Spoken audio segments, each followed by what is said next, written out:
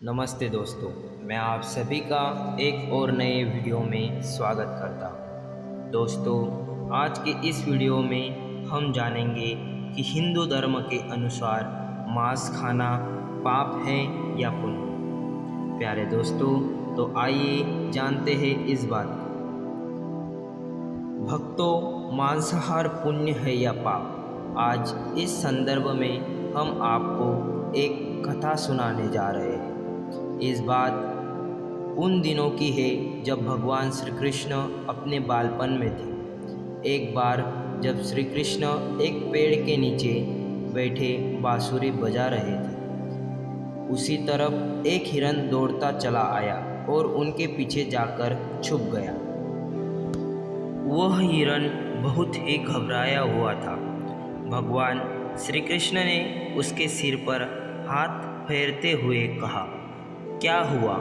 तुम क्यों छुप रहे हो? उसका पीछा करते हुए एक शिकारी भी वह आया और बोला, यह मेरा शिकार है, इसे मुझे दे दो, इस पर मेरा अधिकार है। तब भगवान श्री कृष्ण बोले, हर जीवित जीव पर उसका खुद का अधिकार होता है, न कि किसी का। तब वह शिकारी क्रोध में बोला, यह मेरा शिकार है, इस पे मैं पका कर खाऊंगा। तब भगवान श्री कृष्ण बोले, किसी भी जीव को मारकर खाना पाप की श्रेणी में आता है। क्या तुम पाप के भागी बनना चाहते हो? मांसाहार पुण्य है या पाप? क्या तुम धर्म को नहीं जानते? तब वह शिकारी बोला, मैं तुम्हारे जितना शिक्षित तो नहीं कि यह जानूं कि मांसाहार पुण्य है या पाप, पर मैं यह जानता हूँ कि जीव को मारकर खाना इसमें कोई हर्ज नहीं। मांसाहार से तो एक तो वह जीव को बंधन से मुक्त कर रहा है, फिर क्या मांसाहार से मना किया जाता है? मांसाहारी होने को क्यों नहीं कहा जाता? वैसे भी मैं इसको मारकर नीचे योग से मुक्ति दिलाकर पुण्य ही कमा रहा, फिर इस पर पाबंदी क्यों? इसे तो प्रोत्साहित करना चाहिए। यह तक मैंने सुना है, जीव हत्या तो शास्त्र में भी बताया गया है। राजा लोग शिकार किया करते थे। ऐसे तमाम तर्क देते हुए श्री कृष्ण से पूछा कि फिर क्या मांसाहार गलत है और पाप की श्रेणी में आता है? आप बताइए, मांसाहार पुण्य है या पाप?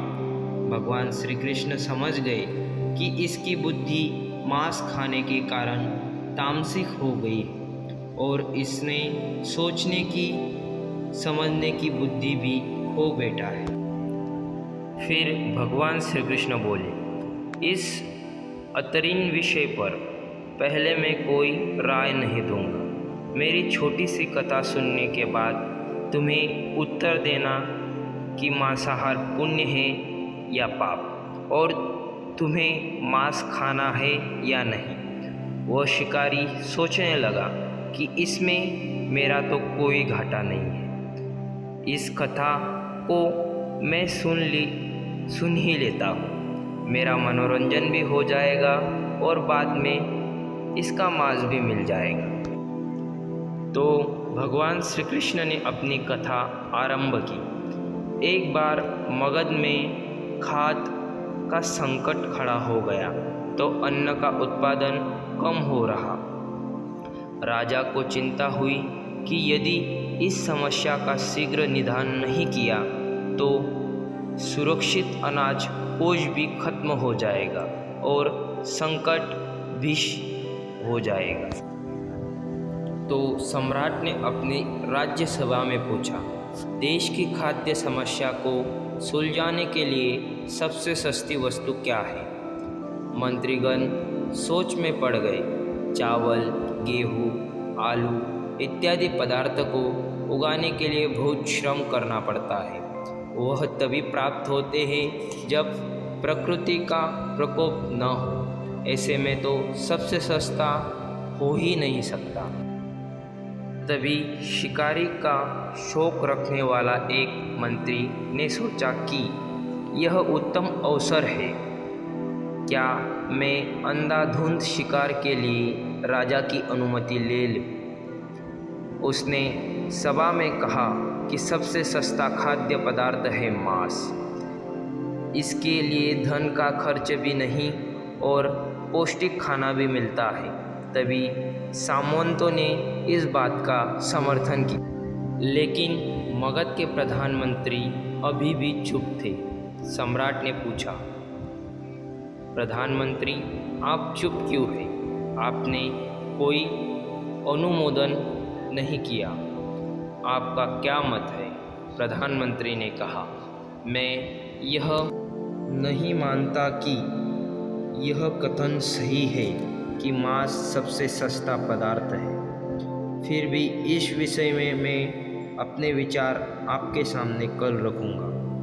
प्रधानमंत्री उस रात मांसाहार का प्रस्ताव रखने वाले सामंत के घर पहुँचे। सामंत ने इतनी देर रात प्रधानमंत्री को अपने घर आया देख तो वह घबरा गया। किसी अनिष्ट की आशंका से वो काँप गया।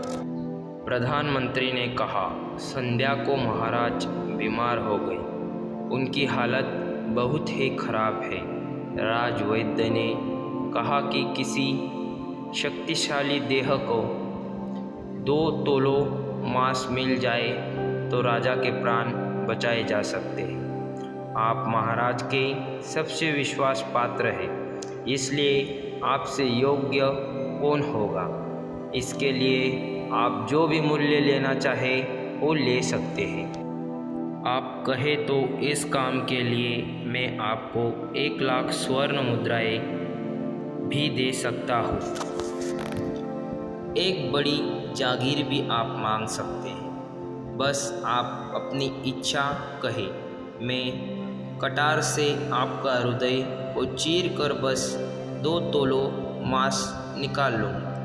यह सुनकर सामंत के चेहरे का रंग फीका पड़ गया। वो सोचने लगा, जब जीवन ही नहीं रहेगा तो लाख स्वर्ण मुद्राएं से मैं क्या करूँगा, और बड़ी जागीर भी किस काम आएगी। वह झटपट अंदर भागा और अपनी झोली से 1 लाख स्वर्ण मुद्राएं लेकर आया। श्रीमंत, मैं आपकी 1 मुद्राओं में अपनी 1 लाख मुद्राएं और मिलाता हूँ। इस पैसों से आप किसी और सामंत का हृदय का मांस खरीद ले, किंतु मुझे जाने दे, यह बात किसी और को पता ना चले। मैं आपसे आग्रह करता हूँ। प्रधानमंत्री जी यह सब समझ चुके थे। वह उसे थोड़ी और मानसिक पीड़ा देना चाहते थे। प्रधानमंत्री ने आगे कहा, सामंत, आप शरीर से बलिष्ठ है। आपका कद काठी महाराज से मिलती जुलती है, इसलिए राजवैद्य ने खास तौर पर आपका ही नाम लिया है। आपके दान से हमारे अच्छे राजा की जीवन बच सकता है। आप कहे तो मैं आपको प्रधानमंत्री पद देने को तैयार हूँ और खुद आपका कर्मचारी बनकर रहूँगा, पर प्रज्ञा से हमारे राजा न छीनिए। सामंत तो फंसता हुआ दिख रहा था। उसने अपने शरीर पर अंगवस्त्र रखकर अपने जूते भी पहन लिए। जैसे ही वो वहाँ से भागने वाला था, वह तुरंत प्रधानमंत्री के पैर में लेट गया। उसने याचना की कि प्रधानमंत्री, मैं इसके योग्य नहीं हूँ। जब प्राण ही नहीं रहेंगे तो प्रधानमंत्री पद का या राजा का सिंहासन भी मिल जाए तो उसका क्या करूँगा? आप चाहे तो मेरा सब कुछ ले ले, पर मेरे प्राण ना ले।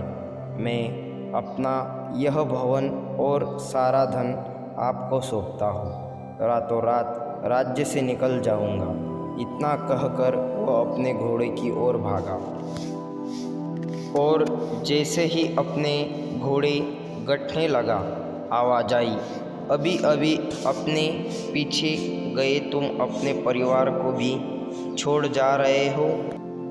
सामंत बोला, मेरे प्राण से प्रिय कुछ भी नहीं। जब जीवन ही नहीं रहेगा तो कुटुंब का क्या करूँगा। जीवन रहा तो ऐसे ही सुखी रह लूँगा।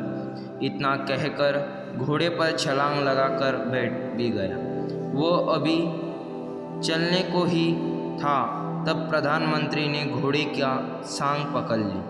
वह सामंत से बोले, भागने की ज़रूरत नहीं है, आप आराम से घर पर रहो, मैं किसी और का प्रयास करता हूँ। यह कहकर प्रधानमंत्री वहाँ से चले गए। प्रधानमंत्री के वहाँ से जाने पर सामंत के अंदर कुछ जान तो आई, परंतु बेचैनी बनी रही। उसकी नींद खराब हो चुकी थी।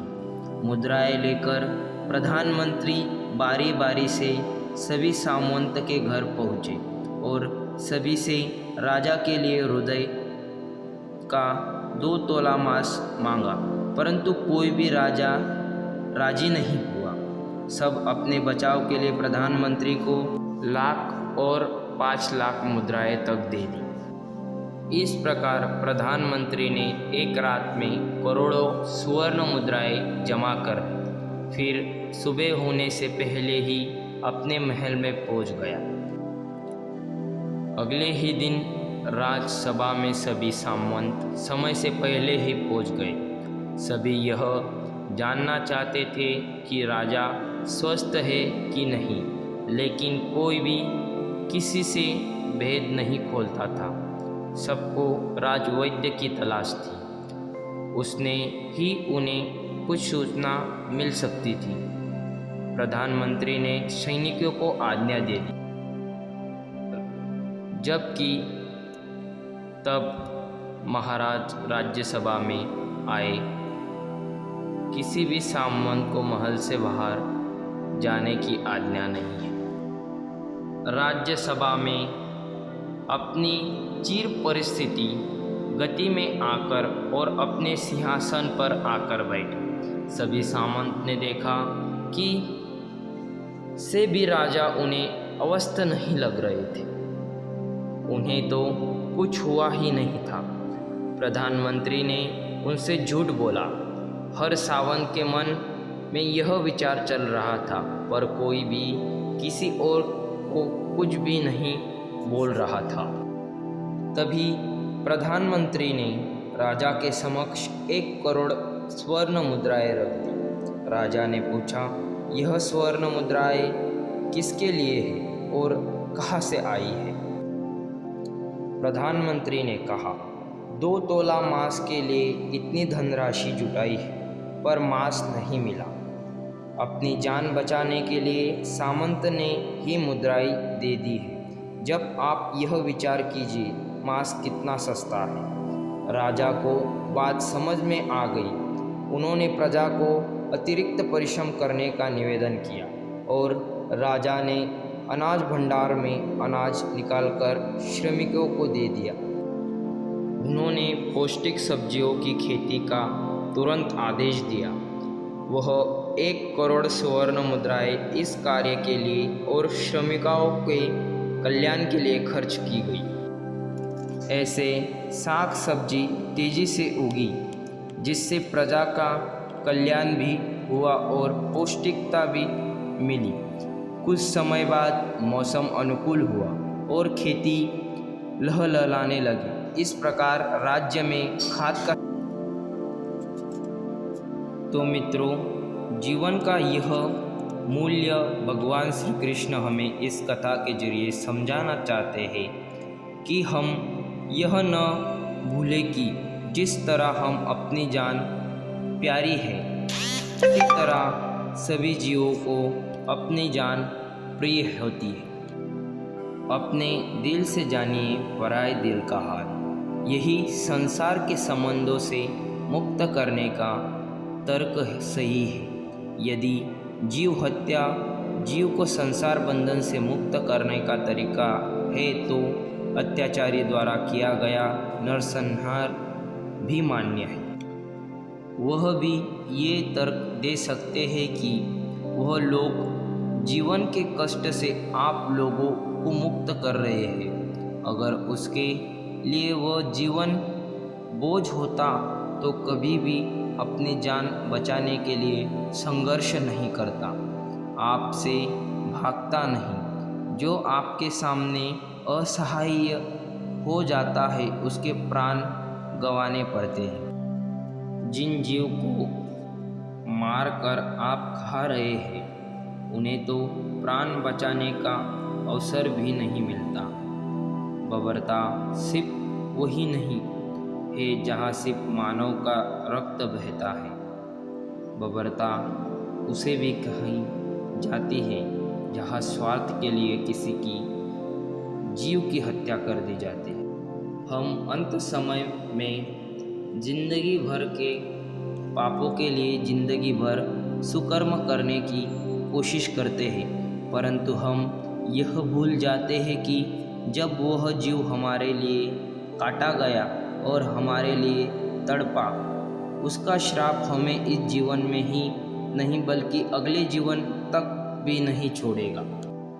परमात्मा से यह ज्ञान पाकर शिकारी परिपूर्ण हो गया और उसे ज्ञान की प्राप्ति हो गई और वह जान गया कि महानता जीवन लेने में नहीं बल्कि जीवन देने में है। शिकारी भगवान के आगे हाथ जोड़कर वह से चला गया और उसने कसम खा ली कि वह अपने संपूर्ण जीवन में किसी को भी कभी चोट नहीं पहुंचाएगा। तो दोस्तों, आप सभी को इस कहानी से पता चल गया होगा कि हिंदू धर्म में मांस खाना पाप है या पुण्य। अगर आपको वीडियो अच्छा लगा हो तो हमारे चैनल को सब्सक्राइब करना बिल्कुल मत भूलें। Thank you for watching.